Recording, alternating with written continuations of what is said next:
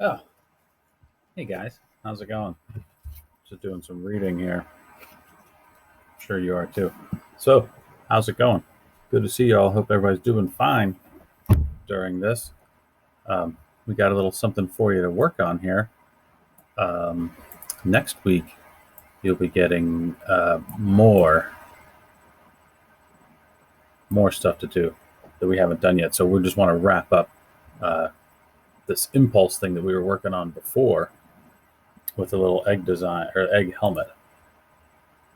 So this slideshow will be in the It's Learning, so you can actually look at this on your own or follow along right here. If you remember, impulse was the force required to change an object's momentum, force applied, and time. So impulse is basically change in momentum. Right there, delta P. P is momentum, if you remember that. Um, and so the force is equal to the change in momentum over the change in time. So if you remember, we watched this video of Joe Flacco getting hit. Feel free to watch that again if you want. And so his momentum changed from however fast he was running down to zero over a very short period of time, very quickly. So the force was very high. He got hit very hard. Remember that? Here's something we sort of did in class.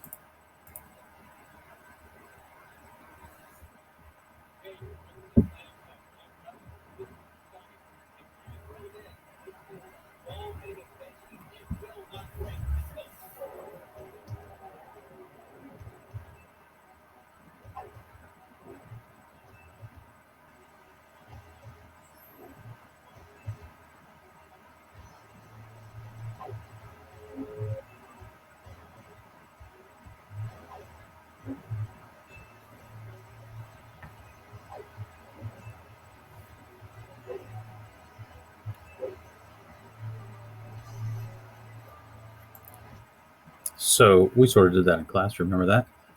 Threw it, hit the back cabinet wall, and it exploded. And then I threw it into the garbage bag sheet, and it didn't break, just like there. So the reason was that it took longer to stop, right? When it stopped suddenly, there was a lot more force applied, and it broke. So when it took longer to slowly lose that momentum, it didn't break.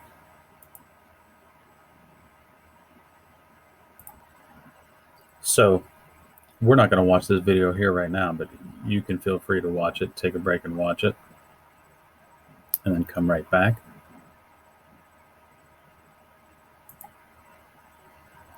So after watching that video about helmets, which was pretty interesting, um,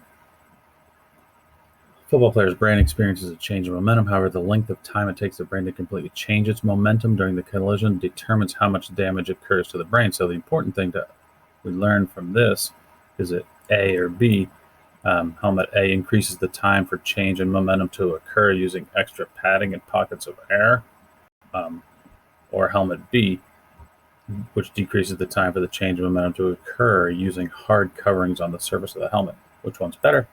You know, it's obviously A. So, and it talked about cars in there too, the same idea.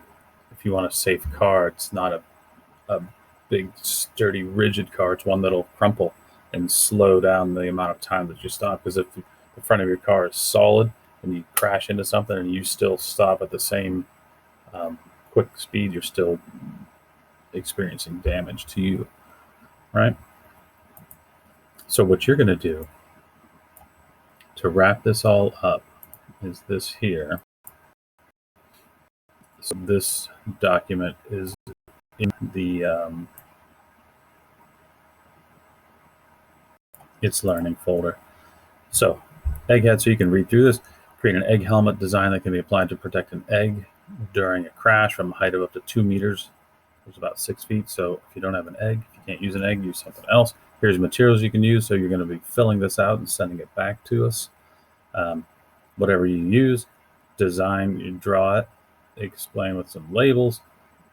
This is a link. You can watch that video again. That first one we watched. Here's the impulse equation, so you can remember all this and use this in your explanation down here.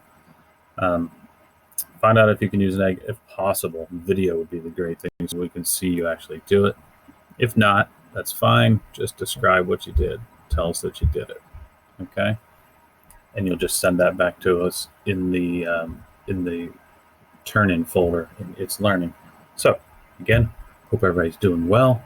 If you got problems, questions, send an email, and just go forward with this. And then next week we'll have something new to do.